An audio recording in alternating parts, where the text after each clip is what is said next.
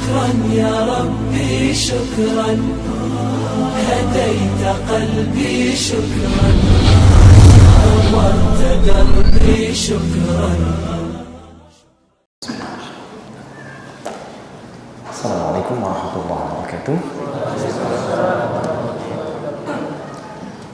Alhamdulillah rabbil alamin. Wassalatu wassalamu ala rasulillahil karim wa ala alihi wa sahbihi ajma'in. Amma ba'd. Fa ya ibadallah, usi nafsi wa iyyakum bi taqwallahi faqad faza al-muttaqun. Fala tamutunna illa wa antum muslimun. Faqala ta'ala ya ayyuhalladzina amanu taqullaha haqqa tuqatih wa la tamutunna illa wa antum muslimun. Saudara-saudariku dan pemirsa Akhir TV dimanapun Anda berada, alhamdulillah kita bersyukur pada Allah Subhanahu wa Ta'ala kembali diberikan kesempatan oleh Allah menjalani kehidupan di hari ini. Semoga hidup kita hari ini senantiasa mendapatkan bimbingan petunjuk dari Allah Subhanahu wa Ta'ala, sehingga insya Allah hari-hari kita bisa lebih baik dibandingkan dengan hari-hari sebelumnya. Hadirin sekalian, petunjuk atau dalam bahasa agama disebut dengan hidayah, jamaknya disebut dengan hudan, sesuatu yang akan sangat berarti dan begitu penting bagi kehidupan manusia, khususnya bagi seorang muslim. Dengan hudan atau hidayah itu, manusia dijamin oleh Allah Subhanahu wa Ta'ala akan senantiasa tenang menjalani kehidupannya. Allah berfirman di Quran surah kedua Al-Baqarah ayat 38, Anda temukan di mushaf standar posisi paling kanan sebelah atas. Faman tabi'a hudaya fala khaufun 'alaihim wa la hum yahzanun. Maka jika Anda bisa mengikuti petunjuk-petunjukku, kata Allah, ya, Anda bekerja, ikuti petunjuk Allah. Anda beraktivitas di rumah tangga, ikuti petunjuk Allah. Anda bahkan makan, minum, segala aktivitas yang kita kerjakan, melihat, mendengar, berjalan, ikuti bagaimana Allah menunjuki kita, maka akan dijamin tenang kehidupannya. Fala khaufun, kami jamin orang itu tidak akan pernah merasa gelisah dalam hidupnya. Walahum yahzanun, bahkan dia akan jauh dari kesedihan yang mungkin menteranya.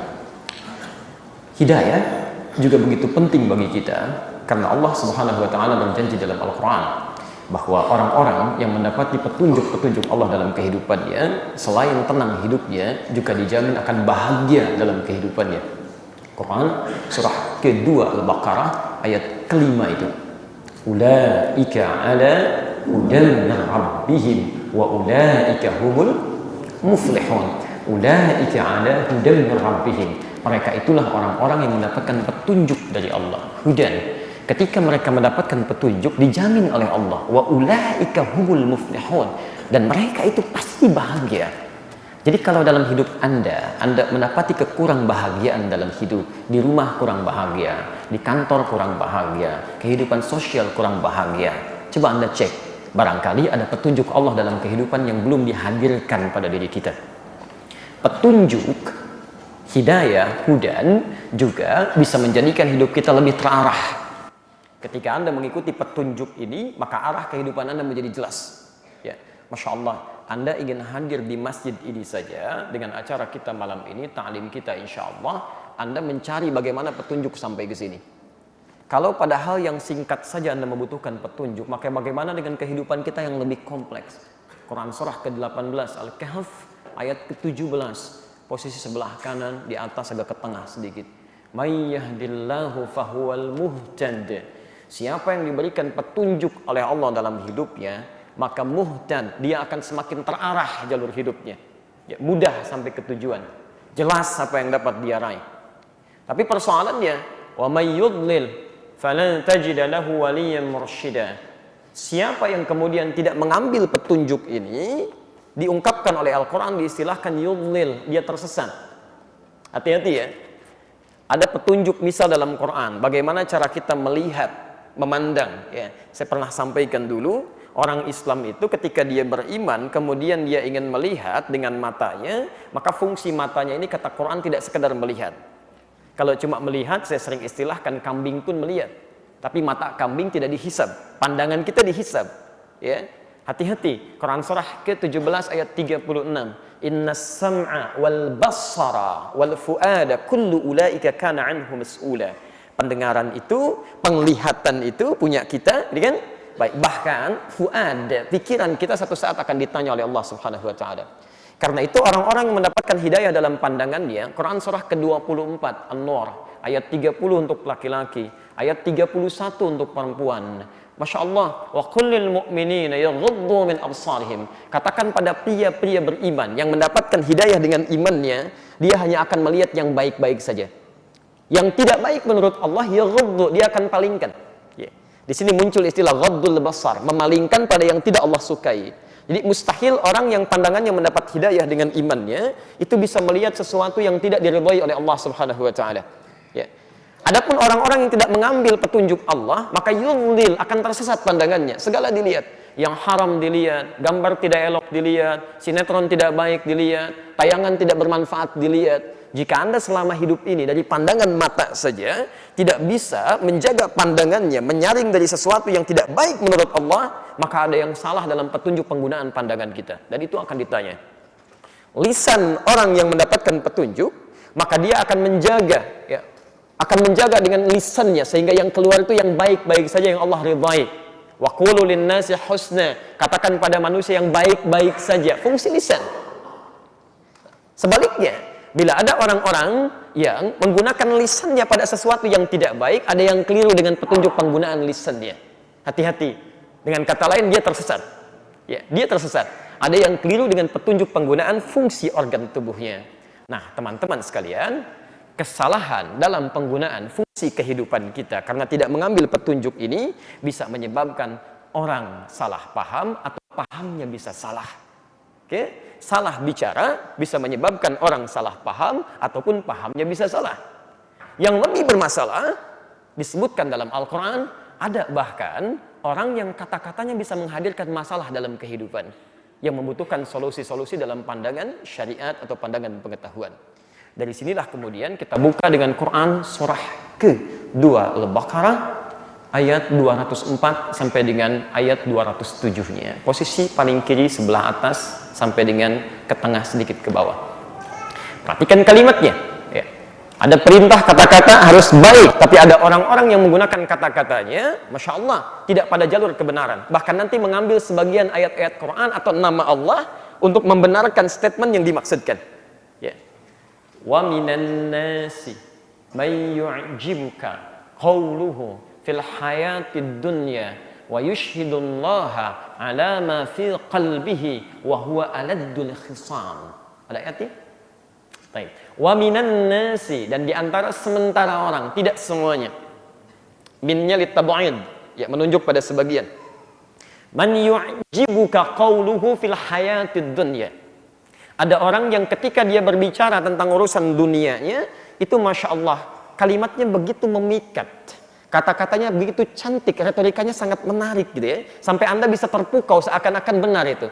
Wa yushhidullaha ala ma fi qalbihi. Kemudian dia bahkan menghadirkan nama Allah dalam hatinya.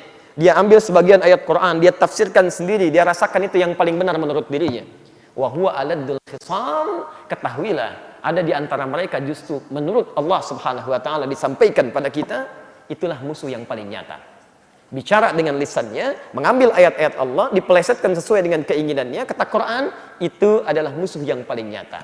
Yang paling menarik, dalam lompatan ayat setelahnya, ketika diingatkan, wa idza qila lahu taqillaha, ketika diingatkan pendapat Anda barangkali kurang tepat, merujuklah kepada pandangan yang benar. Akhadhathul izzatu bil itsmi. Tiba-tiba Masya Allah, terangkat dia, kemudian sambil mengangkat, dan awas, akhadhathul izzah, harga dirinya naik mempertahankan pendapatnya. Ya. Izzah di sini ada unsur kesombongan, ada unsur merasa yang paling hebat, seakan-akan nyundul ke langit gitu kan? Dia yang paling tinggi, yang lain rendah. Baik, teman-teman sekalian, bil itsmi, dan ada potensi dosa di situ. Ya, ada potensi dosa. Karena itu, dalam bahasan kali ini, kami seperti biasa, tema kita malam ini adalah seputar tanya jawab tentang keislaman. Tapi sebelum kita bahas itu semua, kami mendapatkan satu gambaran yang dimintakan untuk dibahas, sehingga kita berikan tema antara salah paham dengan paham yang salah. Ya. Ada video yang masuk kepada kami tentang satu kejadian yang tadi terkait dengan ayat yang diuraikan dalam Al-Quran tadi, yang tayang dalam salah satu TV swasta. Kemudian transipnya pun kami terima saat ini untuk dimohonkan agar diurai dalam kesempatan ini. Baik, karena itu kita coba analisis apakah pernyataan-pernyataan ini memberikan petunjuk kepada kita atau jangan-jangan ini menjadi pendidikan yang ditunjukkan oleh Allah Subhanahu wa taala, bukti real kebenaran Al-Qur'an dan kebenaran hadis Nabi sallallahu alaihi wasallam bahwa ada pernyataan-pernyataan di depan yang harus diwaspadai. Baik. Teman-teman sekalian, Bapak dan Ibu dan pemirsa Akhir TV dimanapun Anda berada, ada kaidah yang harus kita pegang teguh ya. Ingat betul ini. Pernyataan Al-Quran dan hadis itu tidak mungkin keliru. Kapanpun, dimanapun, dan dalam keadaan apapun. Dulu, sejak masa Nabi SAW, Nabi pernah memberikan satu gambaran kepada kita, informasi tentang kejadian yang akan berlangsung di masa yang akan datang. Dan ini pasti benar. Ini pasti benar. Nah, Anda kalau menerima informasi ini, sudah paham dengan keadaannya, itu tidak perlu kaget dan tidak perlu berlebihan. Ya? Nah, nanti kita akan lihat apa gambarannya, lalu kita hadirkan pada kondisi kekinian. Ya. Dan mohon izin, kajian kita akan terfokus pada masalah ilmiah. Tidak menyentuh tentang figur tertentu atau tentang bahasan tertentu, tapi kita hanya menghadirkan suasana ilmiah. Sekalipun dipersoalkan, kita akan diskusikan dalam konteks keilmuan. That's it? Baik. Baik, kita mulai dengan hadis riwayat Muslim. Ya, jika Anda punya kitab aslinya, yang versi Syarah An-Nawawi, ya, karena konon ada yang protes kalau menggunakan terjemahan, ya, berbahasa Indonesia itu dipersoalkan. Baik ya, jadi mushafnya harus menggunakan yang asli, kita pun ambil hadisnya yang asli, tidak menggunakan hadis terjemahan. Kitab asli hadis Sahih Muslim, ya, masih berbahasa Arab, terbitan Darul Hadis, cetakan tahun 2002, baik, jilid yang pertama, halaman 111. Bab yang keempat, hadis nomor 6 dari Abu Hurairah radhiyallahu taala anhu. Posisi sebelah kiri paling atas. Baik, kalau mau dicari juga harganya 450.000, gitu kan? Darul Hadis di Kairo atau di sini dicari silahkan di PT Wadi di Jalan Pramuka. Baik. Saya bacakan hadisnya. An Abi Hurairah radhiyallahu taala anhu qala. Hadis riwayat sahabat Abu Hurairah. Semoga Allah memberikan ridhanya kepada beliau. Beliau menyampaikan. Perhatikan kalimatnya. Qala Rasulullah sallallahu alaihi wasallam. Satu kali Rasulullah sallallahu alaihi wasallam pernah bersabda. Fokus dalam kalimat ini, kita akan temukan gambarannya. Sayakunu fi akhiriz zamani dajjaluna kadzabun. Akan nampak di akhir masa nanti, di masa yang akan datang nanti, kata Nabi. Jadi ini situasi disampaikan di zaman Nabi, memberikan gambaran di masa nanti Anda akan mendapati situasi seperti ini. Dajjaluna kadzabun, para pendusta. Oh, hati-hati ya, para pendusta. Pendusta ini diistilahkan oleh Nabi SAW dengan kata dajjal. Awas, hati-hati ya. Ya. Tapi ingat, Anda mesti belajar dalam ilmu hadis. Nanti kalimat Nabi itu ketika disampaikan, ada yang bentuknya kalimat langsung disebut dengan haqiqah. Ada yang bentuknya kalimat kiasan disebut dengan majaz. Ya. Kalau kalimat langsung biasanya pada hal-hal yang sifatnya penting, ya, tidak memerlukan banyak tafsiran karena akan dilakukan dalam bentuk ibadah. Seperti sholat, itu kalimatnya kalimat langsung biasanya. Ya.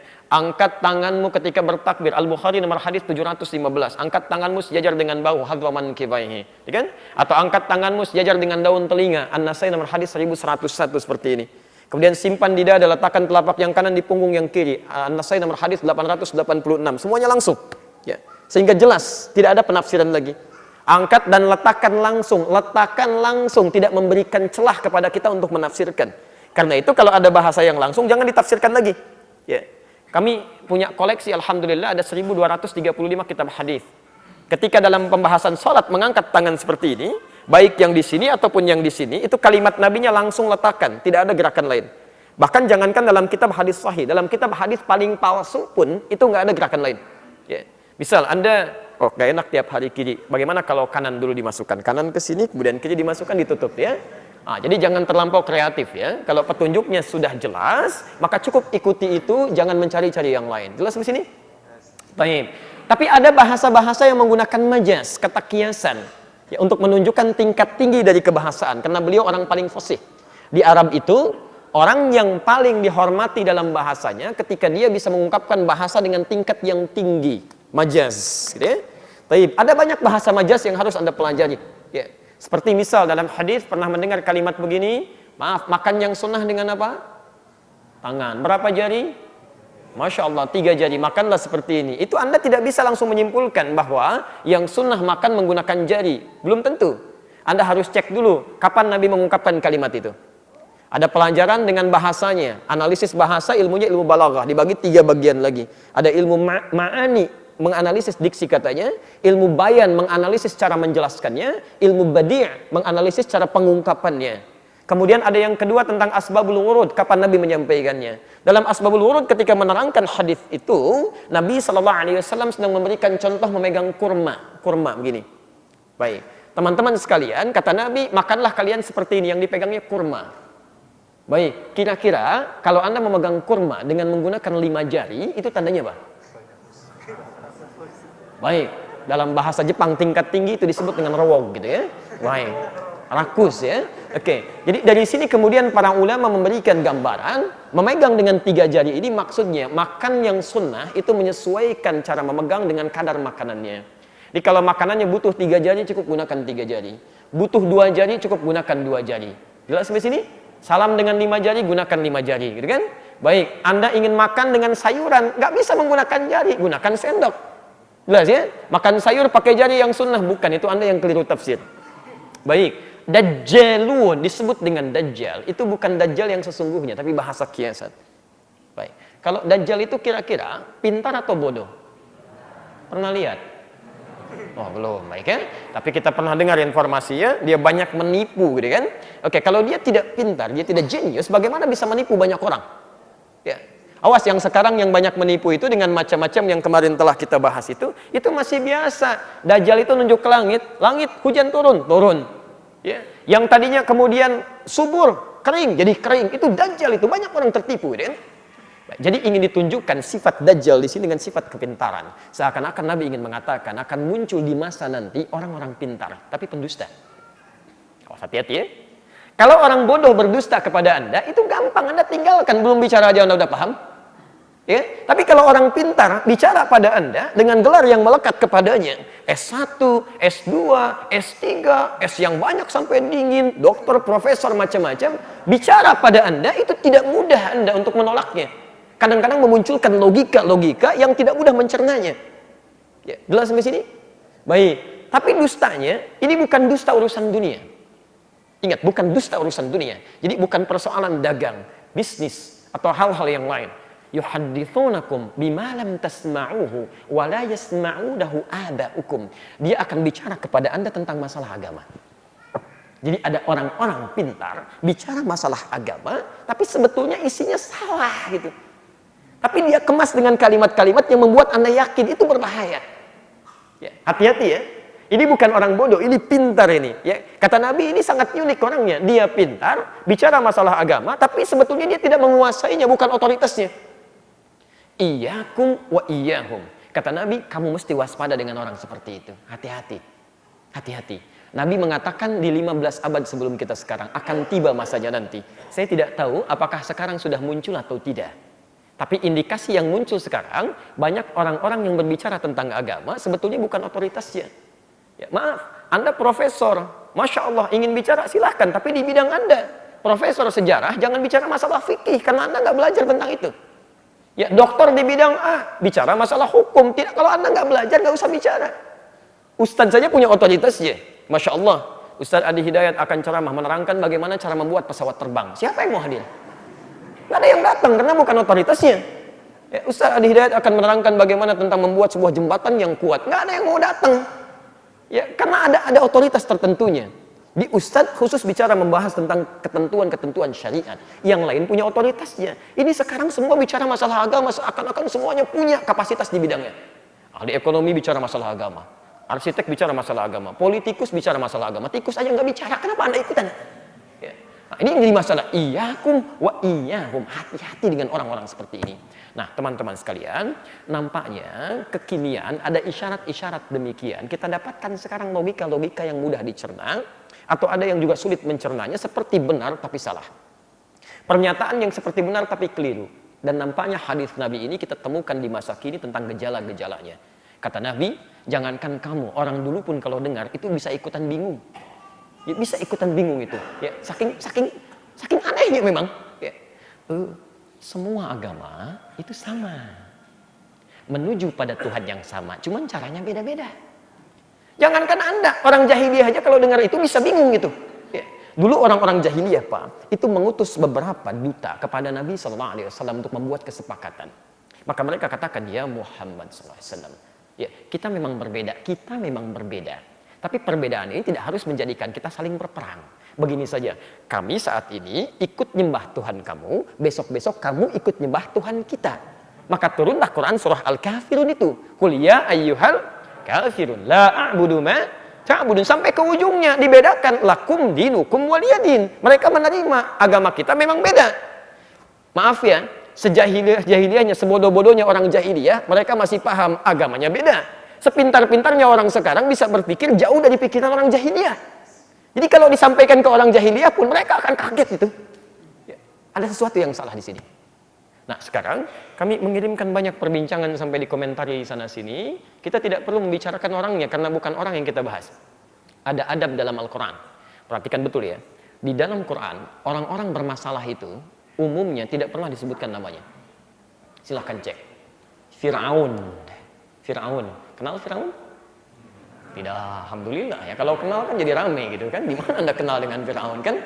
Baik. Ya, betul harus tidak kenal karena Quran pun tidak mengenalkan kita. Bagaimana Anda bisa kenal? Fir'aun itu gelar Faraoh, seorang raja Mesir. Fir'aun orang sangat bermasalah, punya jabatan tinggi, ngaku sebagai Tuhan, menyimpang luar biasa. Saking menyimpangnya dikirimkan 2 nabi, Pak. Quran surah ke-20 ayat ke-43 sampai 44. Idhaba ila fir'auna innahu tagha. Musa Harun pergi ke Fir'aun, dia telah menyimpang. Ini Fir'aun cuma satu makhluk. Masya Allah, jahatnya luar biasa. Satu makhluk, saking sayangnya Allah supaya kembali lagi diutus 2 nabi. Kita sampai sekarang satu nabi nggak pernah kelihatan nabinya. Untuk Fir'aun saja dikirimkan 2 orang nabi itu. Masya Allah. Ya. Tapi tidak pernah disebutkan siapa dia. Yang disebut oleh Quran innahu tagha, penyimpangannya. Kenapa tidak disebutkan namanya? Untuk mengajarkan kepada kita bahwa kalau ada kesalahan terjadi jangan digunjingkan orangnya. Yang salah perbuatannya, bukan orangnya. Ya, jadi kalau Anda ingin merubah sesuatu, rubah perbuatannya, jangan gunjingkan orangnya. Membuat pergunjingan pada orangnya cuma melahirkan 2. Satu, kalau bukan fitnah, itu ghibah. Itu ghibah, kan? Karena itu biasakan untuk tidak membicarakan orang-orang tertentu, jangan juga membuat ekspresi-ekspresi yang tidak menyenangkan, gitu kan? Tapi cukup bahas apa yang terjadi dalam perbuatannya, itu yang kita kemudian berikan solusi. Jelas di sini? Baik ya. Alhamdulillah Ustaz saya alhamdulillah tidak seperti ibu itu tuh. Ini juga persoalan ya. Baik, ya cukup kita buang aja ya, kita kembalikan ke sini. Baik teman-teman sekalian, kami ambil ini dari langsung sumbernya juga dari media yang sampai kepada kita, media nasional yang cukup juga kredibel. Ya, ini transkrip yang kami terima dari salah satu acara yang nampak kemarin yang cukup hangat sekarang dalam bahasannya, gitu kan, di salah satu stasiun televisi swasta ya. Kita langsung bahas saja pernyataan-pernyataan yang kita analisis. Analisis kita akan membahas satu faktor linguistik, kebahasaannya, ya. Kemudian faktor ilmu mantik dari segi logikanya. Ya. Nanti saya akan tunjukkan. Qadarullah kami dari pagi ini sampai sekarang, jadi saya belum sempat ngambil apa-apa karena terus kemudian langsung ke sini. Dalam edisi yang lain nanti saya akan tunjukkan. Ada buku-buku yang pernah kami pelajari dan itu 1 tahun kami pelajari tentang mata kuliah tentang ini. Ya, namanya Al-Istishraq wa Tansir, gerakan orientalis dan misi. Kita punya bukunya dan dari bahasa-bahasa asing juga ada. Kita bisa tunjukkan pada Anda. Ya, jadi kalau bertemu dengan yang seperti ini nggak usah kaget. Di semua dunia cara bicaranya akan sama. Ya, logikanya akan sama. Kita nanti akan bahas ya. Dan yang terakhir kita akan bicara tentang analisis dalil. Ya, analisis dalil. Saya bacakan langsung ya. Baik, teman-teman yang ingin menyimak, Anda bisa kemudian juga bisa nanti lihat, saksikan, dan terlebih ini bisa didapatkan dimanapun karena ada bebas bisa kita lihat ya. Bismillahirrahmanirrahim. Saya bacakan. Berikut pernyataan lengkap orang yang bersangkutan yang mengkritik keputusan MUI, Majelis Ulama Indonesia. Saya bacakan langsung. Bapak Ibu sekalian yang kami hormati, tidak ada masalah di sini ya. Baik. Ya, tidak ada masalah.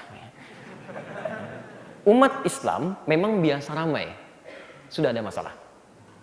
Umat Islam memang biasa ramai. Awas, hati-hati ya. Kita ambil sekarang dari sisi linguistiknya. Kalau Anda mengambil kalimat seperti umat misalnya, kami, mereka, itu dalam bahasa Linguistik disebut dengan ta'mim, mengeneralisir sesuatu. Ya, menghukumi semuanya seperti itu. Ya. Umat Islam memang biasa ramai, artinya semua umat Islam ini yang mengaku muslim memang biasa ramai. Padahal nggak semua umat Islam itu bisa ramai. Ada yang pendiam, ada yang tenang gitu kan. Barangkali, mohon izin, saya belum tahu ya, yang bersangkutan ini kalau termasuk umat Islam berarti dia juga ramai gitu kan. Baik, sebetulnya orang ini yang ramai, cuma ngajak-ngajak yang lain gitu ya. Nah ini kebiasaan dalam bahasa yang sering keliru. Kalau Anda ingin ramai, ramai aja sendiri, jangan ngajak yang lain. Ya, kan kadang-kadang ada pernyataan begini, kita ini memang tertinggal, bukan kita, Anda yang tertinggal. Kalau Anda tertinggal, jangan ngajak-ngajak kita. Kita ini memang sampai sekarang masih bodoh, Anda yang bodoh. Kalau pengen bodoh, jangan ngajak-ngajak kita. Jelas ya? Ini dalam bahasa semantik penting Anda lihat ya, dalam linguistik seperti ini. Jadi, kalau ada kalimat mengatakan umat Islam memang biasa ramai, aduh jangan ngajak umat Islam. Kalau Anda yang ramai, Anda aja, jangan ngajak yang lain. Jelas ya? Baik, ini bagian yang pertama yang penting untuk Anda analisis. Ramainya umat Islam selalu diramaikan oleh dua hal. Nah, ini pun sudah membatasi sesuatu yang belum jelas. Ingat betul ini ya, dalam dunia ilmiah, ya, ilmiah, baik itu bagi seorang pelajar, peneliti, misal akademisi, ini kalimat seperti ini bermasalah. Ya. Biasanya, saya bacakan ya, supaya tidak keliru, ramainya umat Islam itu selalu diramaikan dua hal. Selalu dua hal. Selalu itu kan selalu always, tidak pernah never. Baik kan? Selalu itu always, tidak pernah never. Jadi selalu seperti itu. Dua. Dari mana Anda dapat data ini? Pernahkah Anda berkeliling semuka bumi menemukan umat Islam yang kesimpulannya masalahnya cuma dua? Dari mana datanya? Ya. Mau hati-hati gitu kan? Anda keliling Indonesia saja belum tentu. Dari Sabang sampai Merauke setiap pelosoknya data tuh. Dari berapa ada umat Islam. Dicatat di situ, dilihat gitu kan? Itu baru Indonesia. Belum nyampe ke Afrika, belum nyampe ke Amerika, belum nyampe ke Eropa. Tiba-tiba orang ini luar biasa bisa mengatakan ramainya umat Islam masalahnya cuma dua. Dari mana? Ya. Ini kan kesimpulan yang terlalu cepat gitu kan? Awas, hati-hati ya, hati-hati. Lihat kalimat-kalimatnya, sebagian dari kalimat ini ada beberapa hal yang amat penting untuk kita ketahui. Ya? Baik, saya teruskan. Apa yang dua hal itu? Baik. Beliau kemudian menyampaikan, kalau tidak salah paham, pahamnya salah. Awas ya? Kalau tidak salah paham, pahamnya salah. Selalu itu saja. Jadi beliau menganalisis persoalan-persoalan di umat Islam yang bikin rame itu cuma dua. Kalau tidak salah paham, pahamnya salah. Mas, kalau Anda memang sedang salah paham atau pahamnya salah, jangan ngajak-ngajak umat Islam. Mungkin Anda aja yang salah paham atau paham Anda salah. Karena itu kita akan lihat pernyataannya. Barangkali yang bersangkutan mengucapkan kalimat salah paham dengan kalimatnya atau pahamnya salah, cuma ngajak-ngajak kita ke situ. Karena itu kita akan lihat bagaimana kalimat yang dimaksudkan yang menjadikan ada yang salah pahamnya atau pahamnya salah. Jelas sampai sini? Baik. Nanti kalau sudah jelas salah pahamnya, kita nggak usah ikut-ikutan. Jelas ya? Baik. Atau salah pahamnya atau pahamnya salah, jangan juga harus ikut ya. Jelas ya? Dan tidak harus handphone juga bunyi gitu. Ini punya siapa ini ya? Baik. Kita kembalikan ya. Baik. Saya bacakan. Bismillahirrahmanirrahim. Saya ingin menegaskan di sini. Ya, dalam acara yang dimaksudkan, Masya Allah. Ingat, saya ingin menegaskan, berarti kalimat ini diungkapkan dengan penuh ketegasan. Kuat. Tidak ada orang yang menegaskan sesuatu kecuali penuh keyakinan, penuh kepercayaan dirian. Apalagi biasanya kalimat tegas itu ekspresinya akan berbeda dengan kalimat yang biasa-biasa saja. Ada tegas kalau diikuti dengan ketakwaan, tegas itu akan positif sifatnya. Maka melahirkan aura-aura yang sifatnya memberikan ketundukan. Pemimpin yang tegas begitu datang, belum bicara aja orang sudah begini. Tapi kalau tegasnya berakar dari nafsu, maka aura-aura yang muncul itu biasanya memunculkan sifat-sifat negatif yang kadang-kadang menyebalkan. Ya, aura tegas muncul ke mata jadi melotot gitu kan. Baik, masuk ke mulut jadi tiba-tiba kasar, mulut berapi-api gitu kan. Masya Allah, tukang sate kehilangan apinya, dibawa kemana? Ke mulut gitu ya. Nah, ini jadi masalah. Baik, kita kembalikan dulu ya. Tadi kita sampai pada bahasan saya ingin menegaskan ya. Baik. Dari sisi bahasa linguistik, telah kita tadi simak sedikit bahwa kalimat tegas itu melukiskan sesuatu yang ingin disampaikan dengan penekanan yang tinggi. Sesuatu yang ingin ditegaskan dengan penekanan yang tinggi berarti minimal akan membawa nuansa-nuansa emosi yang hadir dalam bentuk ekspresi. Jika nuansa yang hadir ini adalah sifat takwa, kemudian ini merambat ke dalam organ-organ tubuh kita, maka yang akan keluar adalah aura kebaikan. Ada misalnya orang yang ingin menegaskan sesuatu tapi pada kebenaran, maka yang keluar akan aura-aura kebaikan. Anda siap mendengarkan, kemudian wajah kadang tertunduk, siap menyimak, dan responnya positif. Ya, misal, kita ambil di Quran saja ya, karena kita sudah patok dengan dalil syariat. Quran surah ke-27 misalnya, An-Naml, ayat 38 sampai ayat 40 itu. Kita mulai di ayat ke-38-nya, ada seorang nabi dan rasul, pembesar luar biasa, raja. Ya, Nabi Sulaiman namanya. Nabi rasul, raja luar biasa. Maaf, rakyatnya bukan sembarang rakyat, tapi ada jin, kalangan jin tingkat paling tinggi, ifrit pun jadi bawahannya. Ada manusia dari kalangan yang paling soleh sampai yang biasa, binatang dari yang paling galak, yang paling buas, sampai semut yang paling kecil jadi bawahannya. Baik, satu kali Nabi Sulaiman ingin menegaskan satu perintah dengan kalimat yang sangat tegas. Quran surah ke-27 ayat 38. Ya ayyuhal mala, hei para pembesar. Nah, ini yang dituju dengan kalimatnya para pembesar. Jadi tidak mungkin kalimat disampaikan oleh pemimpin kepada para pembesar. Artinya yang punya pemikiran, yang punya kepemimpinan, yang punya kekuasaan, itu yang disentuh. Tidak mungkin Anda bicara pada pembesar dengan kalimat yang lembut. Hei para pembesar, mustahil. Pasti Anda keluarkan ya satu kalimat dengan aura yang membawa kekaguman, gitu kan? Ya ayyuhal mala, hei para pembesar, ayyukum ya'tini bi arsyiha qabla ayyatuni muslimin. Siapa yang bisa memindahkan arsy-nya Balqis itu ke sini sebelum mereka datang tunduk patuh kepada saya? Jelas ya? Nah, itu auranya muncul semua. Ketika muncul pun responnya baik-baik. Ya, jin yang paling kasar, jin yang paling luar biasa, jin yang paling sulit diatur namanya ifrit. Ifrit itu ya. Baik, konon kemarin sama ada yang sudah tidak perlu kita bahas lagi ya, tapi kemarin katanya ada yang sempat manggil ifrit gitu kan, sampai lari kena gas air mata. Itu kan persoalan juga ya. Ifrit mustahil kena gas air mata bisa lari itu. Itu jin yang paling hebat. Qala ifritum minal jinni, gitu kan? Ifrit komentar tapi dengan respect. Kenapa? Karena yang disampaikan ketegasan dengan aura positif. Ya, orang soleh dari kalangan manusia menyampaikan dengan respect karena ketika disampaikan dengan aura yang positif. Masya Allah. Jadi ada penghormatan di situ. Berbeda ketika kalimat ketegasannya didasari yang keluar bukan jiwa takwa tapi nafsu. Nah, kalau sudah nafsu yang keluar, maka berlaku hukum Quran surah ke-12 ayat 53. Kita ambil dulu ya. Baik, posisi paling kiri sebelah atas.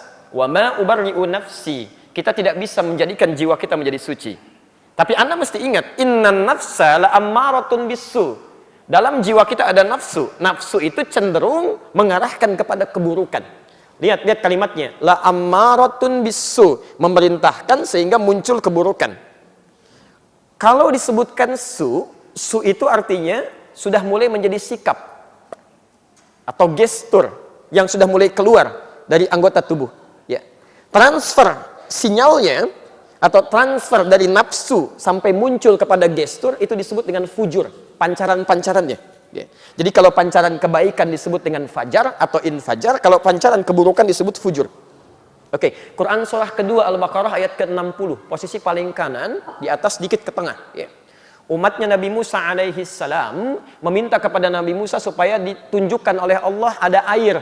Mintakan air. Wa idzistasqa Musa liqaumihi faqulna drib bi'asakal hajar.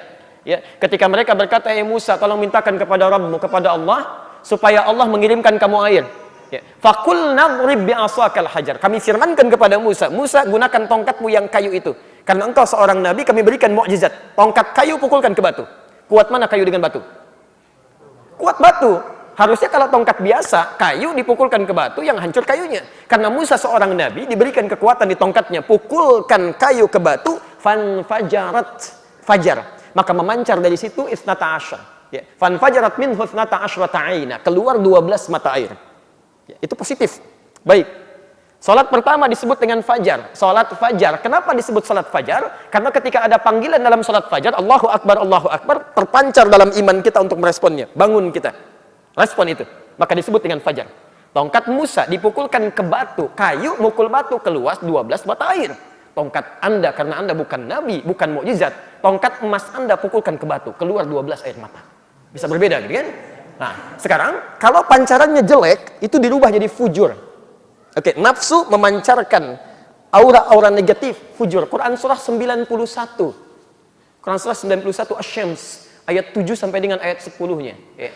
Wa nafsi wa ma sawwaha, demi jiwa yang telah kami sempurnakan penciptaannya. Di dalamnya fa'alhamaha fujuraha wa taqwaha. Tadi lawan dari takwa aura-aura positif itu fujur, pancaran kejelekan. Maka kalau emosi sudah muncul dalam jiwa, dikuasai oleh nafsu, fujur, dia akan masuk ke mata. Kalau sudah keluar dalam bentuk pandangan, misal sambil berkata melotot, ya, misal gitu kan, itu disebut dengan su. Pancarannya disebut fujur, masuk ke mata, su. Buruk, su itu sesuatu yang buruk. Anda lebih enak lihat siapa? Yang wajahnya tenang atau yang melotot? Nah, makanya disebut buruk, karena ketika Anda lihat, Anda nggak suka, gitu. Itu su namanya. Ya. Masuk ke mulut, ke lisan, tiba-tiba lisan jadi teriak-teriak. Padahal Anda bicara kecil pun kedengaran. Jaraknya cuma begini, kenapa mesti teriak-teriak, gitu kan? Tadi berapi-api, kan? Seperti yang tadi pernah kami sampaikan. Nah, ini jadi persoalan di sini. Masuk ke tangan, tangan jadi gemeteran, gitu kan? Padahal dinginnya enggak juga, AC biasa-biasa aja, gitu kan? Nah, ini jadi persoalan di sini. Sekarang cek saja ketika yang bersangkutan menegaskan kalimat ini, saya ingin menegaskan, coba lihat gesturnya. Ya, kalau matanya biasa-biasa, wajahnya teduh, berarti kalimat yang disampaikan itu positif. Karena ada jiwa kebaikan di situ. Tapi kalau gesturnya kemudian muncul dengan rona yang tidak baik, kesannya tidak menyenangkan, su di situ, berarti yang bersangkutan mengungkapkan kalimat itu dengan nafsunya. Ingat, setiap kalimat yang berasal dari nafsu, isinya tidak akan baik. Isinya tidak akan baik. Sebaik apapun Anda mengemasnya, tetap tidak akan baik. Ya, Anda misalnya memiliki terasi, Anda kemas dengan baik, dengan luar biasa, dia bentuk luarnya, tetap aja isinya terasi, baunya kecium tidak enak. Ya, karena itu, maaf, feeling kami, ketika kita akan baca kalimat-kalimat selanjutnya, pasti akan bermasalah. Tapi kalau benar, disampaikan dengan penuh takwa, kalimat selanjutnya pasti akan baik. Ya, karena itu kita akan lihat, dan di sini kita akan simpulkan. Jangan dibayangkan ya, karena kita sedang menganalisis teks, bukan membayangkan orang. Baik, kita teruskan ya. Saya ingin menegaskan di sini, di tempat beliau kemudian berdiskusi, yang namanya teks apapun, itu bebas tafsir, bebas makna. Ini masalah paling serius. Yang namanya teks apapun itu. Ya, baik yang dianggap suci ataupun tidak. Pancasila itu teks. Undang-undang itu teks. Pasal-pasal di pengadilan itu teks. Itu bebas tafsir dan bebas makna. Ini pernyataan paling bermasalah ini. Ini paling bahaya. Ya. Jadi secara bahasa bermasalah, linguistik bermasalah, secara semantik pun dari bahasa bermasalah, secara mantik juga bermasalah, dan jelas akan bertentangan dengan dalil manapun. Kita tidak perlu menggunakan ayat, terlalu berlebihan kalau untuk mengomentari yang seperti ini menggunakan ayat. Ya. Saya ambil contoh logika yang paling sederhana. Logika kita balas dengan logika lagi. Ya. Nih, semua kita bacakan kembali. Namanya teks apapun itu bebas tafsir, bebas makna. Kalau semua ini hukumnya diberlakukan, maka akan kacau kehidupan. Sekarang lagi musim persidangan kan? Wah, ada sidang kopi, ada sidang macam-macam, sidang ini itu gitu kan? Baik. Taruhlah kemudian ada keputusan, hakim mengatakan berdasarkan pasal sekian, saudara terdakwa dihukum sekian. Terdakwanya mengatakan, Pak Hakim, itu kan tafsiran Pak Hakim. Pembuat teksnya tidak begitu, itu tafsiran Pak Hakim saja. Kapan selesainya sidangnya? Karena setiap orang punya tafsir, nggak ada yang punya otoritas gitu kan? Ini bermasalah. Dilarang mengaktifkan handphone, ditulis di situ. Pak, kenapa handphonenya bunyi? Kan tidak ada tulisan. Itu kan tafsiran Bapak. Tafsiran saya tidak begitu. Ya semuanya akan begitu, nanti banyak persoalan di situ, gitu kan? Ini yang paling berbahaya yang seperti ini. Ya, jelas sampai sini ya. Jadi karena semuanya tafsirnya bebas makna, akhirnya melakukan sesuatu yang liar, tidak terkendali. Sesuatu yang liar, yang bebas, tidak terkendali, tidak ingin ada batas, itu dalam dunia pemikiran sekarang dikenal dengan liberal. Jadi kalau kalimat ini dimunculkan, ini kalau kita lihat dalam kalangan pemikiran, ini tidak pernah keluar kecuali dari kalangan liberal. Ya, asalnya ingin membawa nuansa Quran itu bebas, tidak boleh siapapun menafsirkan. Hadis juga terbuka, siapapun boleh berkomentar. Kalau seperti itu berbahaya kehidupan. Ya, jelas di sini ya? Jangan dipraktekkan ya. Batas suci, pakai sepatu ke situ. Ini kan batas suci, itu kan tafsiran Bapak saja. Ya, jelas ya? Baik. Bismillahirrahmanirrahim. Teruskan ya. Yang namanya Al-Quran, ini kalau pembukanya sudah salah, kesananya akan lebih salah lagi. Ini masalah gitu kan? Baik, teruskan jangan. Jadi kalau pembukaannya sudah salah, kesananya keliru, kesananya lebih fatal lagi gitu kan? Kita teruskan ya. Mohon izin karena kami ini dari sejak S1, S2, mau ke S3 juga, semuanya saya di bahasa spesialisasinya. Ya, saya belajar Quran, belajar tafsirnya juga, belajar hadis dan sebagainya, tapi formal saya di bahasa. Jadi kalau kita menganalisis apalagi bahasa Arab itu jangankan pada kalimatnya, harokatnya, fathah, kasrah, dhammah itu dibahas semua. Kalau Anda mempelajari lebih dalam lagi, itu setiap kalimat pasti ada itu, ada maknanya. Ya. Nah sekarang ini banyak masalah di sini nih. Ya. Yang namanya Al-Quran, yang paling sah untuk menafsirkan, yang paling tahu Al-Quran adalah Allah Subhanahu Wa Taala dan Rasul. Saya ulang ya. Yang namanya Al-Quran, yang paling sah untuk menafsirkan, yang paling tahu Al-Quran adalah Allah Subhanahu Wa Taala dan Rasul. Sudah bermasalah kalimatnya. Allah itu tidak menafsirkan, Allah itu memfirmankan. Ya, kalau Allah menafsirkan, ngapain ngutus Rasul? Ya, dan masya Allah gitu kan, nggak ada kerjaan di situ, mengurangi sifat keagungan Allah. Ya, Allah itu menciptakan, menghadirkan. Ya, masya Allah. Dan sudah jelas, ya, sudah jelas konsep ini. Saya teruskan dulu ya, supaya tidak keliru. Sampai sini sedikit persoalan yang jadi utama, tapi kalau diteruskan, ini masalah persoalan seriusnya. Al-Quran yang paling sah untuk menafsirkan dan yang paling tahu Al-Quran adalah Allah Subhanahu Wa Taala dan Rasul, bukan Majelis Ulama Indonesia. Ya. Bukan AD, saya singkat saja karena kita tidak berbicara tentang orang. Bukan DS, saya, ataupun HH. Saya akan coret ujung yang lainnya, saya akan batasi kepada bukan Majelis Ulama Indonesia. Baik. Yuk kita ambil contoh ya.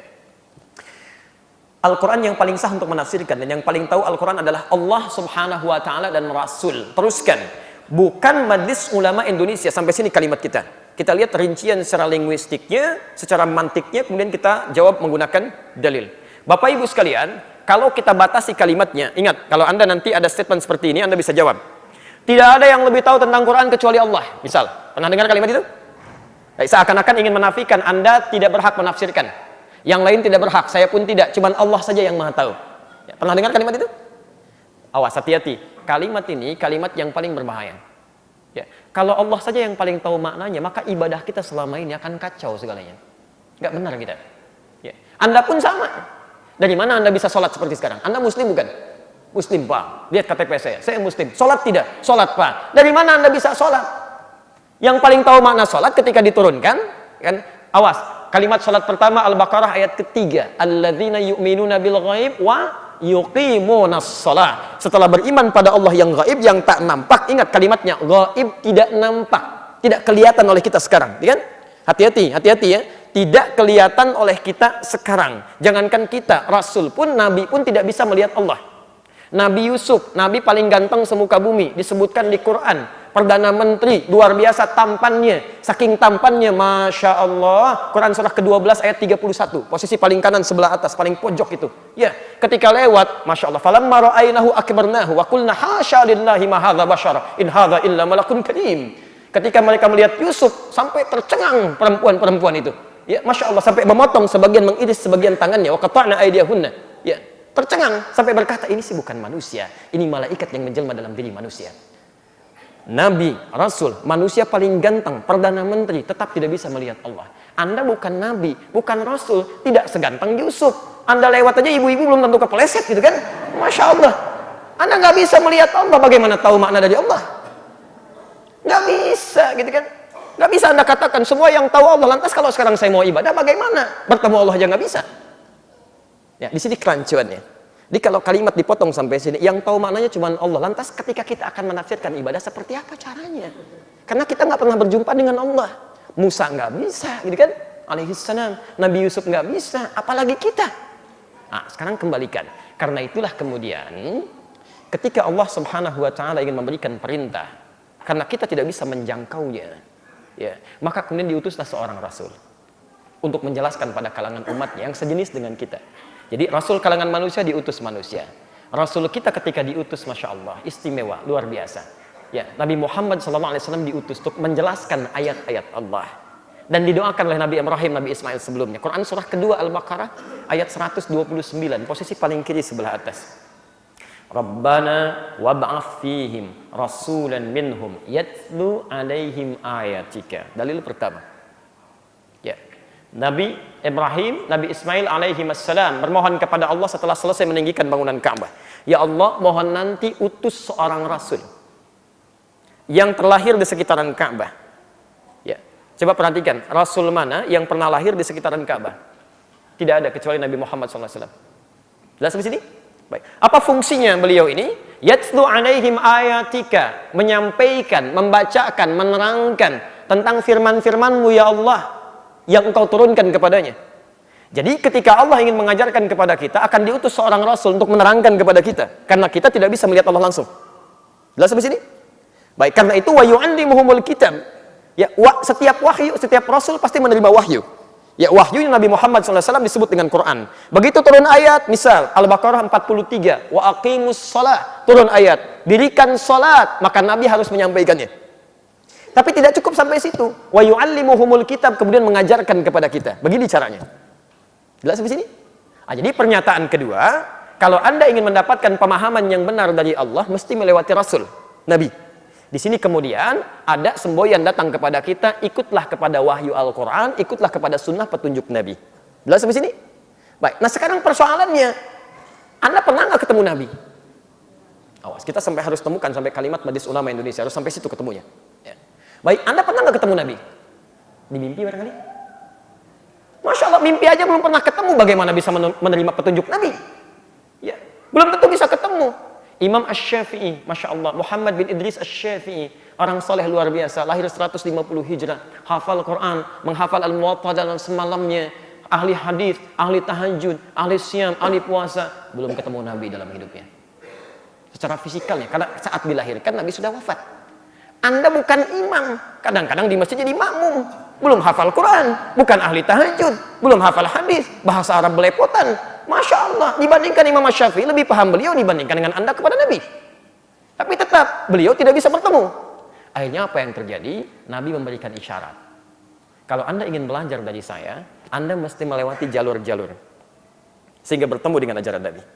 Maka beliau bersabda, Ibnu Majah, nomor hadis 233.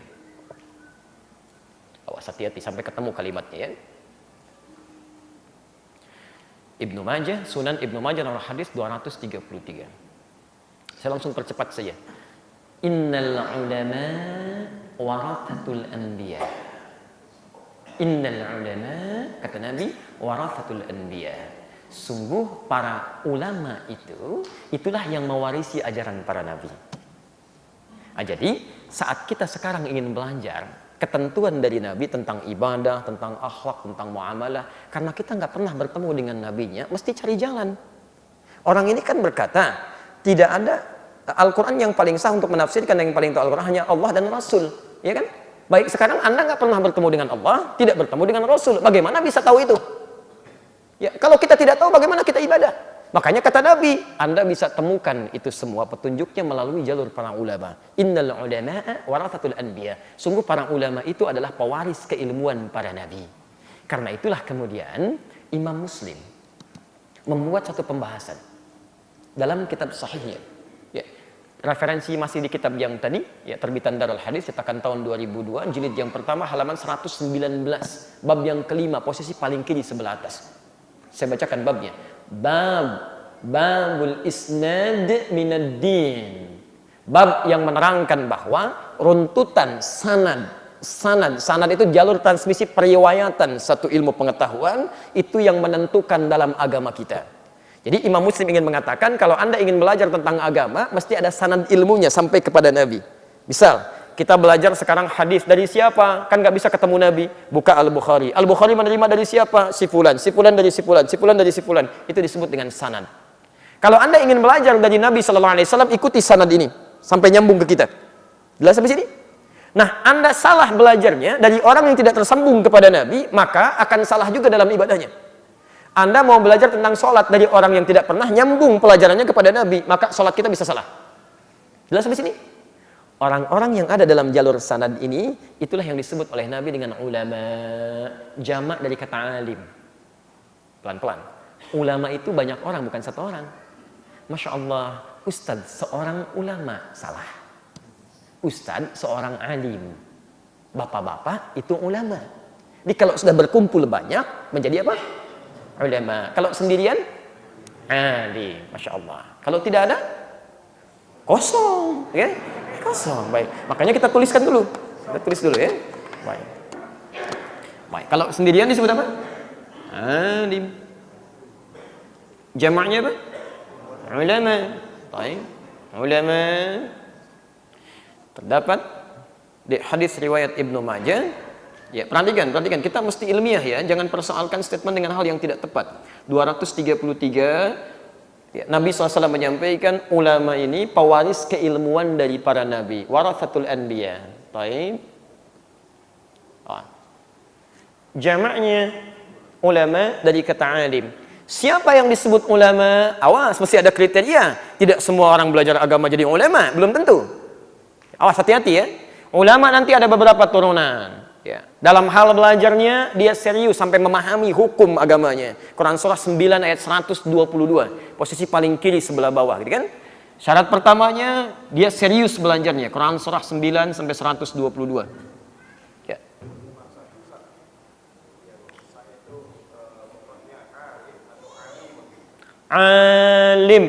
Alim itu sighah mubalaghah, bentuk superlatif.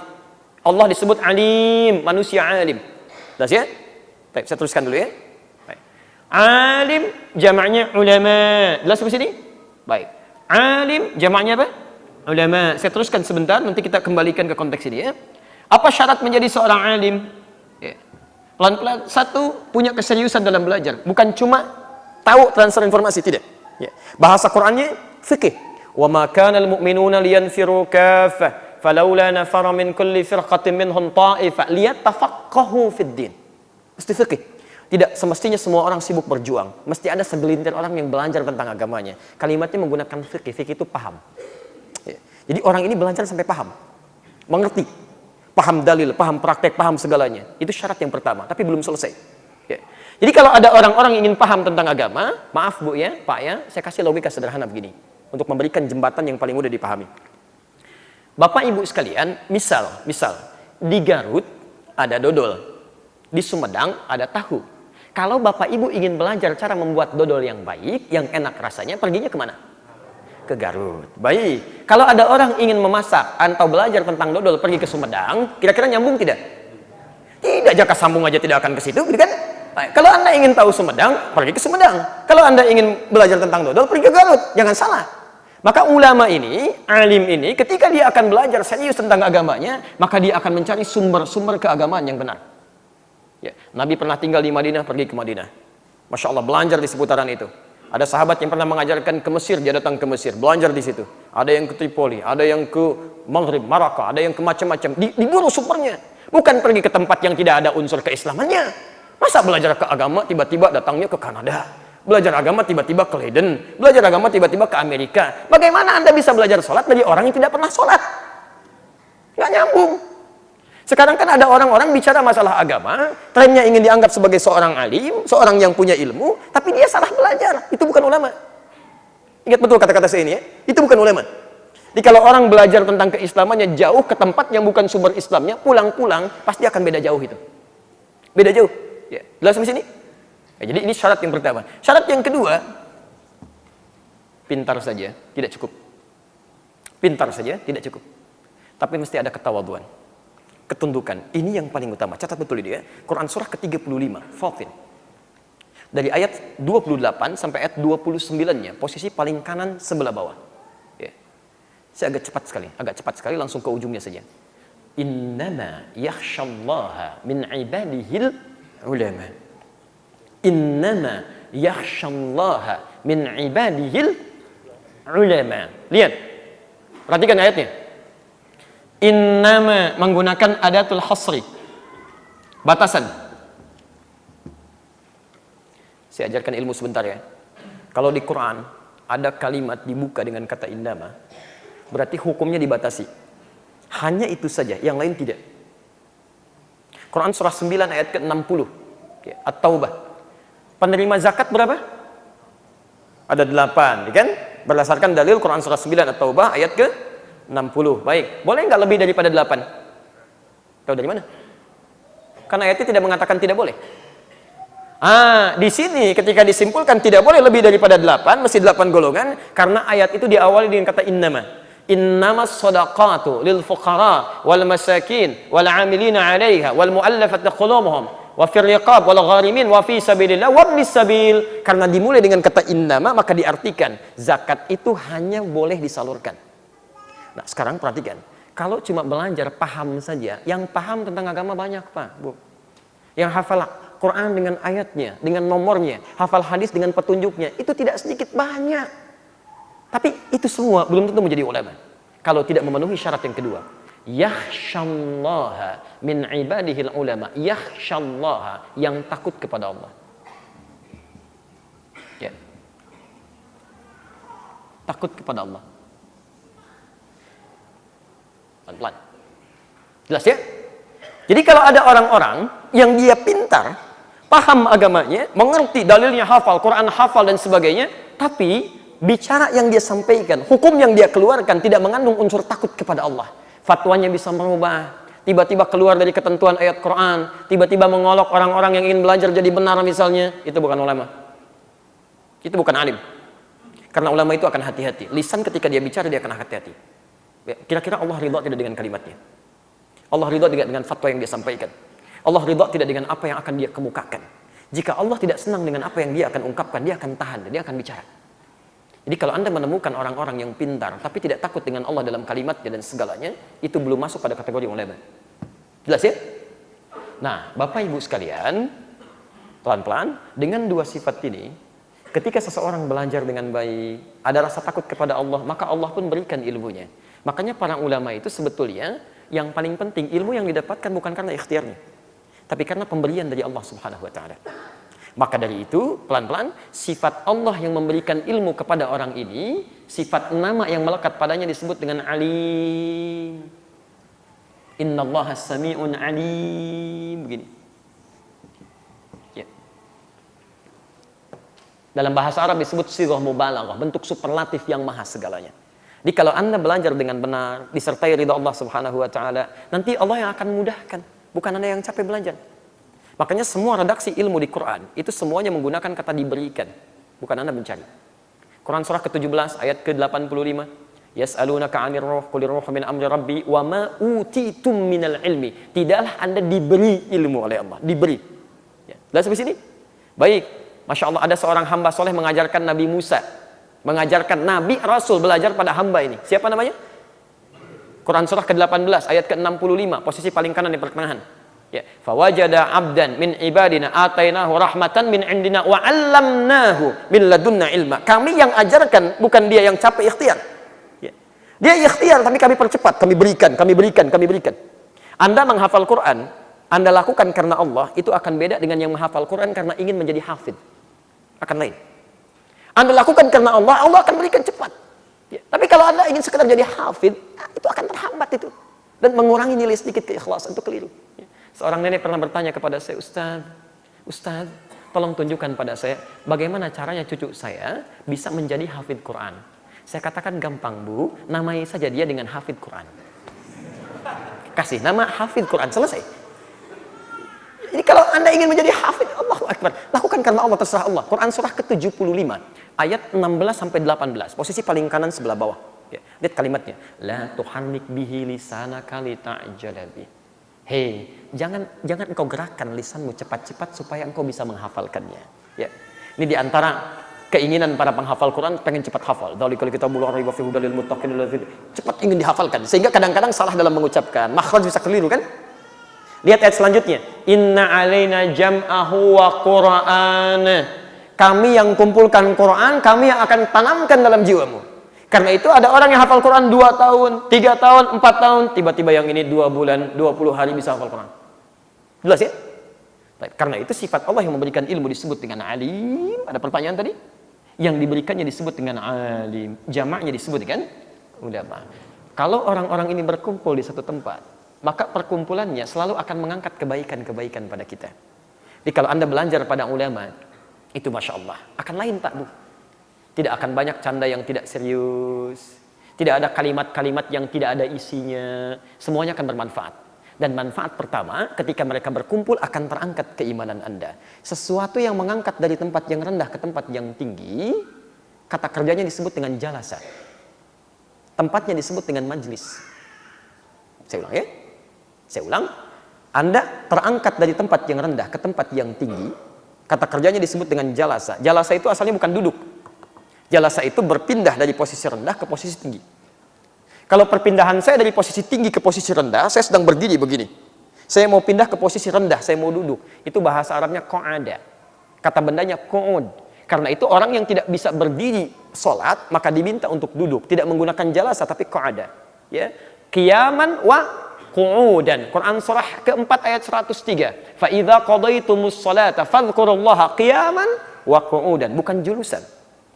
Tapi kalau Anda ingin pindah dari bawah, naik ke atas sini, terangkat Anda, itu jalasa. Tempatnya disebut dengan majlis.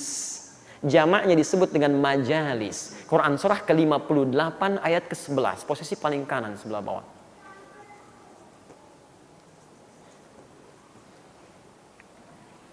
Ingat ya, kalau Anda menemukan para ulama ada di majlisnya, bisa mengangkat keimanan Anda kepada Allah, share. Ya ayyuhalladzina amanu, idza qila lakum tafassahu fil majalis. Hei orang-orang yang masih merasa punya iman, jika dikatakan kepada Anda luaskan majlis, share, luaskan tempatnya, luaskan, ayo padatkan, hadir. Ingat, kalimat majlis di sini dibentuk jamak disandingkan dengan iman. Jadi kalau Anda taklim kepada orang yang baik, orang ulama, hal yang akan beliau berikan akan selalu mengangkat iman Anda. Ya, terangkat iman Anda. Jadi kalau Anda belajar agama pada orang-orang tidak mengangkat iman Anda, tidak lebih dekat dengan Allah, itu ada yang salah. Jelas ya? Nah, majlis ini kalau digabungkan dengan ulama, berarti ulama-ulama ini kumpul di satu tempat. Nah, di Indonesia kalau digabungkan dengan tempatnya, maka berubah namanya menjadi Majlis Ulama Indonesia. Jelas di sini? Nah, sekarang kembalikan. Tidak ada yang lebih tahu tentang Quran kecuali Allah benar. Bagaimana cara mendekati Allah? Lewat Rasul. Bagaimana cara mendekati Rasul? Lewat siapa? Ulama. Berkumpullah ulama di mana? Di majlis. Kita di Indonesia, di mana kumpulnya para ulama? Majlis Ulama Indonesia. Yang kumpul banyak orang. Anda sendirian. Alim juga bukan. Dekat dengan Nabi juga bukan. Tahu hadis juga tidak. Hafal Quran juga tidak. Bahasa Arab belepotan. Bagaimana Anda bisa mengatakan saya lebih tahu dibanding dengan yang lainnya? Atau Anda mengatakan gak ada yang lebih tahu, saya juga tidak tahu. Lantas yang tahu siapa? Kalau saya mau belajar kepada siapa? Karena menurut Anda majlis ulama nggak tahu, ini nggak tahu, itu nggak tahu, saya pun nggak tahu. Kalau Anda nggak tahu, kenapa Anda komentar? Dan aneh juga mengundang orang yang tidak tahu. Ada acara, ngundang orang-orang yang nggak tahu, disuruh bicara, kan aneh namanya. Jelas ya? Awas hati-hati, itu amat aneh itu. Ya, si amat aja nggak aneh. Ya. La haula wala quwwata illa billah. Teruskan tidak? Baik ya, kita ada 10 menit lagi ke jam 8 ya. Ini semakin dibahas, bisa semakin banyak kesalahannya gitu kan. Baik, sebetulnya rumus nanti di ujung deh saya tutup ya. Kalau sudah menemukan banyak orang salah, sebetulnya sederhana gitu ya. Yuk kita ambil nih. Baik, paragraf ketiga. Langsung pakai dalil. Al-haqqu min rabbik. Masya Allah, al-haqqu min rabbik. Nggak diteruskan lagi. Kan salah gitu kan. Ya, Al-Quran aja nggak hafal, bagaimana bisa mengatakan Anda bisa menafsirkan? Al-haqqu min rabbika fala takunanna minal mumtarin. Ya kan? Baik, itu ada di Al-Baqarah ayat 100 misalnya 47, posisi paling kanan sebelah atas, kan? Ada lagi di Al-Baqarah 149 sebelah kanan tetap paling bawahnya juga. Ada kalimat al-haqqu min rabbika fala takunanna minal mumtarin wa likulli wijhatun huwa muwalliha. Baik, teman-teman sekalian, orang ini mengatakan yang paling tahu tentang Quran dan isinya, tetapnya cuma Allah. Tapi orang ini membawa dalil al-haqqu min rabbik. Ya, kalau Anda katakan yang paling tahu Allah dan Rasul, kenapa Anda berdalil? Anda nggak tahu di situ. Ini bermasalah lah gitu kan? Pasti setiap kalimat setelahnya pasti masalah itu. Kebenaran itu datangnya dari Allah Subhanahu wa taala. Itu adalah ilmu tafsir, bukan itu adalah ayat Quran. Orang ini berkata, al-haqqu min rabbik, kebenaran itu datangnya dari Allah Subhanahu wa taala. Titik, itu adalah ilmu tafsir, bukan Pak, itu ayat Quran. Al-haqqu min rabbik itu kalimat Quran, bukan ilmu tafsir. Ilmu itu adalah, awas, analisis pada gejala-gejala tertentu yang menghadirkan satu kesimpulan sementara disebut dengan hipotesa, mengeluarkan sebuah penelitian-penelitian berupa teori, dikumpulkan jadi satu bidang, setelah selesai semuanya jadilah sebuah ilmu. Baik. Dalam tahapan biologis melewati empat tahapan utama. Jadi nggak bisa ujuk-ujuk jadi ilmu, tidak. Ada analisis dulu, ada research dulu, ada segalanya. Setelah teorinya muncul, baru menjadi nazariyah namanya. Teoritis yang menjadi aspek keilmuan. Jelas ya? Anda melihat misalnya, oh ini para ulama mendapatkan pengajaran dari Nabi. Begini cara Nabi mengajarkan, dirumuskan, dikeluarkan. Imam Asy-Syafi'i mengeluarkan kaidah fikih, ya kaidah usul fikih, dikenal dengan nama kitabnya Ar-Risalah. Dikumpulkan dari kaidah-kaidah ini dianalisis dulu menjadi ilmu. Maka muncul ilmu istilah ilmu usul fikih. Tafsiran Quran dikumpulkan, analisisnya dilihat, jadi ilmu tafsir namanya di sini. Orang ini sangat unik mengatakan al-haqqu mir rabbik itu adalah ilmu tafsir, bukan itu ayat Quran. Jelas ya? Baik. Kata Anda semuanya bebas tafsir, bebas makna. Kenapa Anda menyebut ilmu tafsir? Kalau semua sudah bebas, nggak perlu pada ada ilmu lagi. Kalau semua sudah bebas, nggak perlu pada ilmu. Ngapain belajar capek-capek? Anda juga ngapain belajar tinggi-tinggi sampai ke UI, sampai ke dokter, sampai ke luar negeri gitu kan? Terus ujung-ujungnya pulang ke Indonesia semua bebas tafsir. Ngapain belajar jauh-jauh? Jelas ya? Baik, Masya Allah.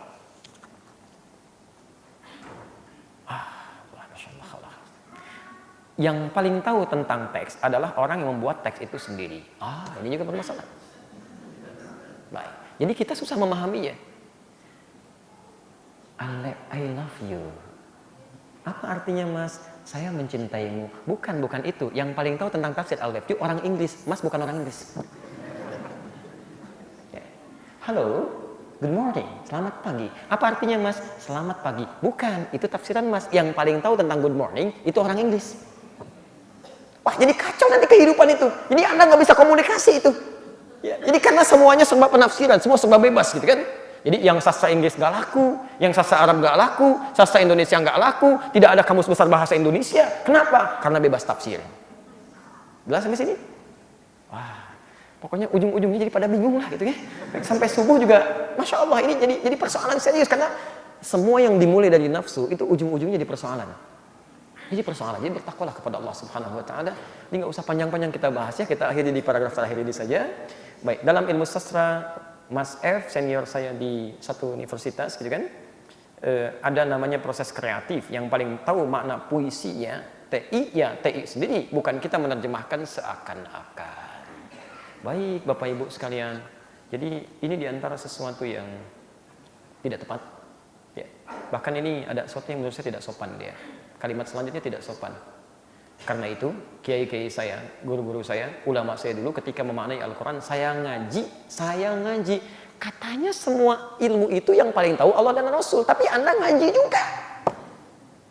Ya, ulama-ulama. Tadi Anda katakan, Majelis Ulama Indonesia itu tidak tahu tentang Quran. Sekarang Anda menyebut, kiai-kiai saya, guru-guru saya, ulama saya. Anda pun ngaji pada ulama. Ini aneh ini orang ini. Satu sisi menafikan majelis ulama itu kan kumpulan para ulama. Ya, dia ngaji katanya ulama saya. Kalau ulama kan bentuknya jama' atau tunggal. Jama' kan? Dia sendiri mengatakan yang paling tahu tentang Quran Allah dan Rasul. Majelis ulama nggak pada tahu. Kok orang ini belajarnya ngaji sama ulama juga? Artinya ada inkonsistensi dalam pemikirannya. Ini sedang bingung biasanya. Jadi kalau sudah semakin tinggi alirannya semakin kencang konslet. Ya, biasanya demikian. Ya, agak-agak lain biasanya. Baik ya. Ya, ini bahaya. Ya, jadi gelap. Kalau konsep kan gelap. Ya, gelap dzulumat, yukhrijuhum minadz-dzulumati ilan nur. Itu harus segera mendekat kepada Allah karena hanya Allah yang bisa mengeluarkan dari kegelapan menuju ke terang. Quran surah kedua ayat 257. Posisi paling kanan sebelah atas. Allahu waliyul ladzina amanu yukhrijuhum minadz-dzulumati ilan nur. Ini semakin gelap nih. Kita harus berlindung pada Allah Subhanahu wa taala. Tidak pernah mengklaim dirinya paling benar. Ya wajar. Semua ulama nggak ada yang begitu. Kalau begitu namanya sombong. Sudah kita bahas kan? Tawadhu, dekat dengan Allah, selalu ditutup dengan kalimat wallahu a'lam bimuradi. Bahwa Allah lah sesungguhnya yang paling tahu tentang maknanya, bukan orang lain. Jelas, itu nggak usah dipertanyakan. Tapi mereka menerangkan, ini maksudnya ini maksudnya itu. Tapi yang paling tahu hanya Allah Subhanahu wa ta'ala. Ini petunjuk yang kita amalkan. Itu kalimat ketawadhuan. Bukan ingin membuat kita bebas menafsirkan lagi.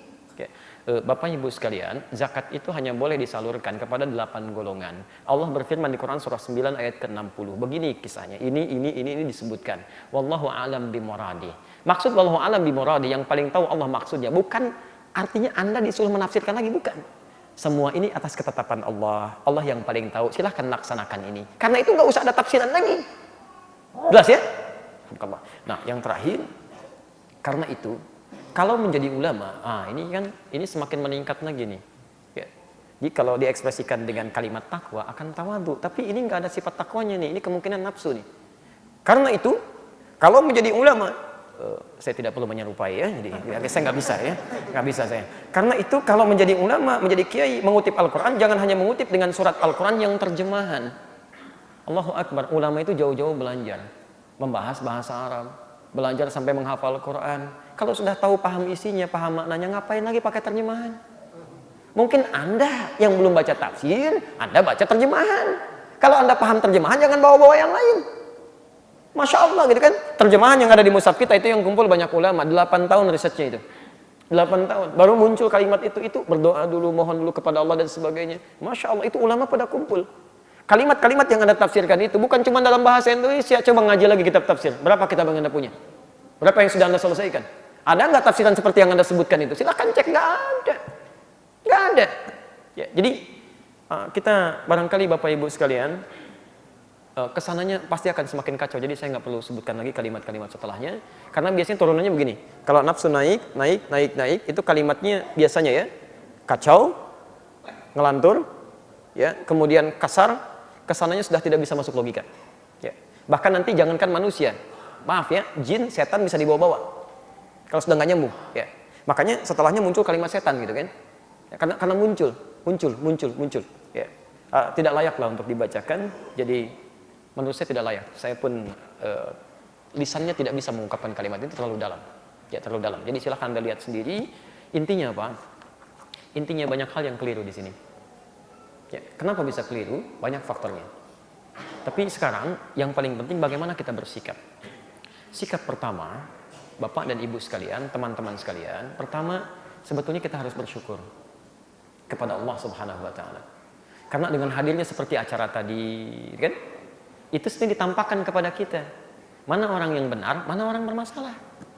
Sekarang sudah jelas, kelihatan. Bukan cuma wajahnya, di lisannya sudah keluar. Jadi kalau Anda nanti lihat perkumpulan itu, ada orang-orang kemudian berbicara, keluar dari nilai-nilai Quran, nilai-nilai hadis, dengan alasan tertentu, sudah selesai. Berarti orang ini bermasalah.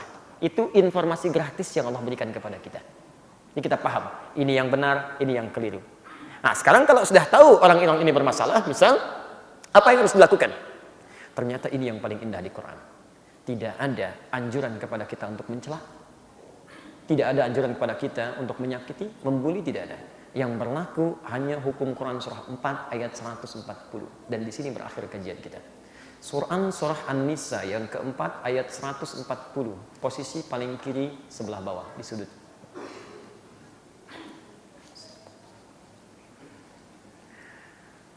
وَقَدْ نَزَّلَ عَلَيْكُمْ فِي الْكِتَابِ, dan telah tetap ketentuan Allah dalam Al-Quran. Kalau disebutkan Al-Kitab berarti bukan hanya di Quran berlaku, di kitab-kitab sebelumnya sudah berlaku. Jadi di Injil berlaku, di Taurat berlaku. Jelas ya? Hati-hati. Artinya dari dulu pun orang-orang yang nyeleweng itu sudah ada. Dan ketentuan Allah tidak berubah.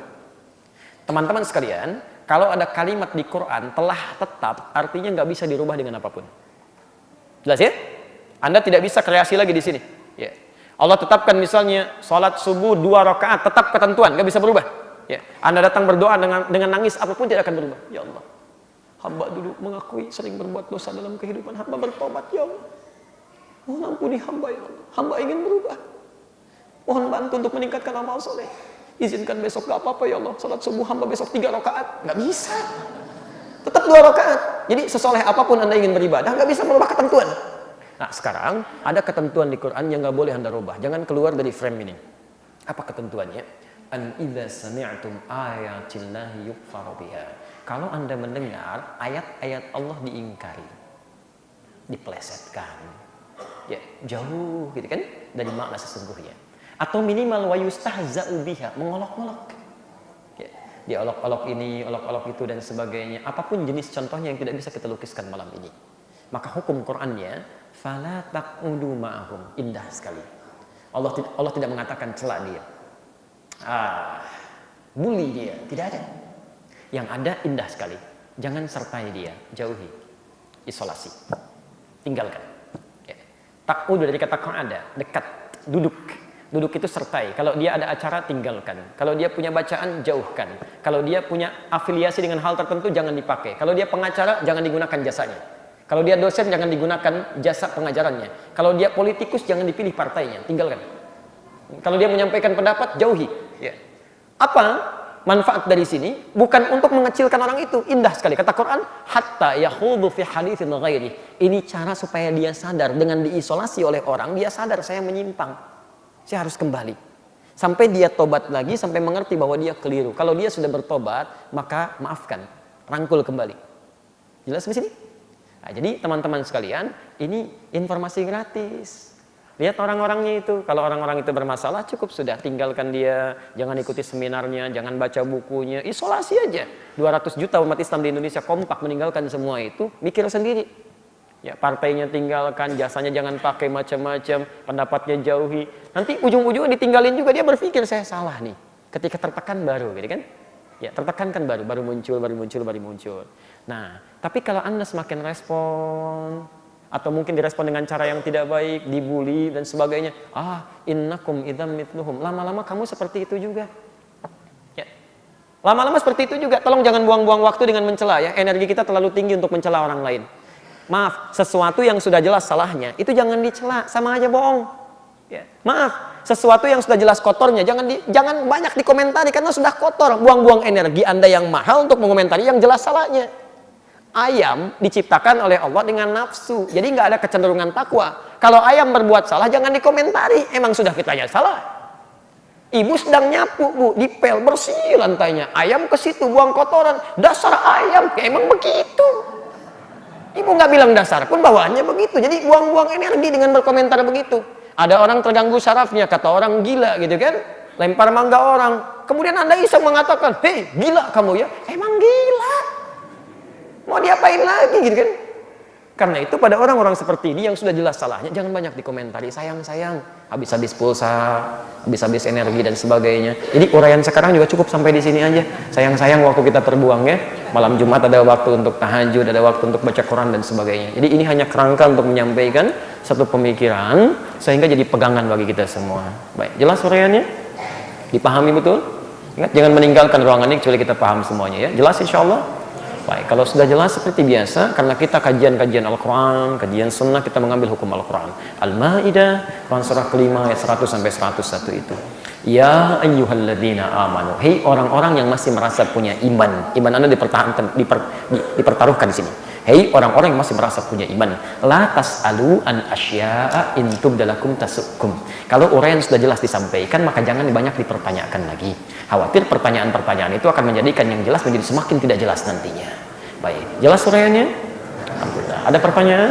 Tidak ya? Baik. Baik teman-teman sekalian dan pemirsa Ikhtiar TV, Madani TV, Surau TV, dimanapun Anda berada.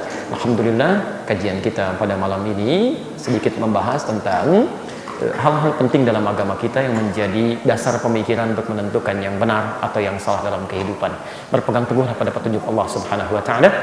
Tingkatkan amal soleh, jauhi maksiat. Jika Anda tidak mampu berlomba dengan orang soleh, memperbanyak kebaikan, maka segeralah berlomba dengan para pendosa untuk bertobat kepada Allah Subhanahu wa taala. Semoga Allah memberikan kebaikan-kebaikan pada kita semua. Assalamualaikum warahmatullahi wabarakatuh.